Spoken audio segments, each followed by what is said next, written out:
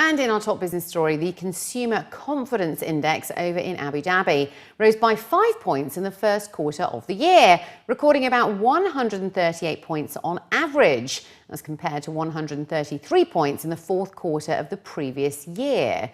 The findings come from the Economic Performance Report for Abu Dhabi in Q1, issued by the Studies Division of the Department of Economic Development Abu Dhabi, and in collaboration with Statistics Centre Abu Dhabi. The Individual Financial Situation Index in the first quarter of 2015 increased by 6 points and recorded 118 points from the last quarter of last year, while the Index of Confidence in Policies also increased by 7 points and scored 127 points on average during Q1. The Future Expectations Index increased by about 3 points in the first quarter of 2015 and recorded 171 points on average. Individual consumers of all nationalities showed high levels of optimism in Q1, up from the previous quarter, while Emiratis showed high levels of optimism compared to other nationalities, in total increasing by 10 points. Consumers working in all sectors also saw high levels of optimism for the period, jumping 6 points in terms of their current situation and the future. Younger consumers between 18 and 29 were more optimistic, with an index of 141 points on average, while the index for consumers between 30 and 50 years of age reached 137 points, and for consumers above 50 reached 135 points. Between January and June this year, a total of 8,830 new companies joined Dubai Chamber, which has been attributed to a record number of 335 international delegation visits to the Chamber. This has brought the total number of members to over 177,000. That's according to a recent report on the Chamber's half-year activities. And new members are set to reach 15,000 by the end of the year. His Excellency Hamad Burmim, the President and CEO of Dubai Chamber, revealed that the members' half-yearly exports and re-exports reached 151 billion dirhams, and that's up from 149 billion during the same period for 2014. The monthly total of March 2015 was the highest, with 28.1 billion dirhams. Dubai Chamber also issued a total of 470,000 certificates of origin. That's a 5.4% increase from H1 2014. Dubai Chamber also participated in 36 events around the world in 27 cities in 24 countries, and opened its fourth international representative office in Accra in Ghana, and is preparing to open another 2 in Mozambique and Brazil in the near future. The report showed that the Dubai Chamber studied, reviewed and followed up on 21 federal and local legislations and draft laws, the most recent being the bankruptcy law. The Dubai Chamber also established 4 new business councils in H1, bringing the total number to 46 and business groups to 27. The Chamber also served 182,000 customers, registering a growth of 14%.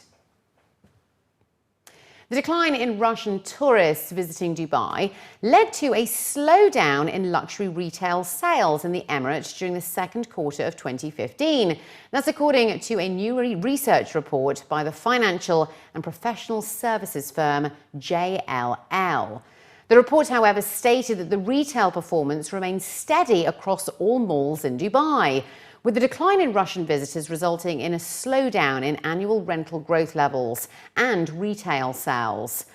According to the latest research, the delivery of 194,000 square meters of gross leasable area is expected to be completed by the end of this year, comprising mainly of extensions to existing super regional malls. That's including Dragon Mart, Ibn Battuta and Mall of the Emirates. New research findings suggested that Dubai's hotel sector continued to face downward pressure in the second quarter of the year, with a slowdown in visitors from Russia and the Eurozone. It was mentioned that the average daily rates in hotels based in Dubai saw a 6% decrease to $249 in the year to May.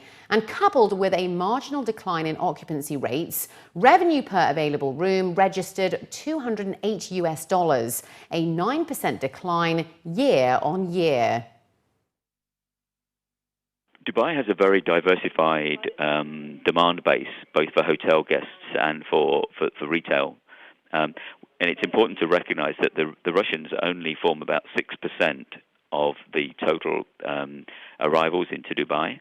And in 2014, they were about 5% of the total hotel night demand. So that's a relatively small number. Most of the people visiting Dubai and spending in Dubai come from the other GCC countries, from elsewhere in Europe. So what we're seeing is it's really an adjustment in the pattern of sales. And what we've seen is, while at the same time as the Russian numbers have gone down over the last year, the overall visitor arrivals has actually increased by about 8%.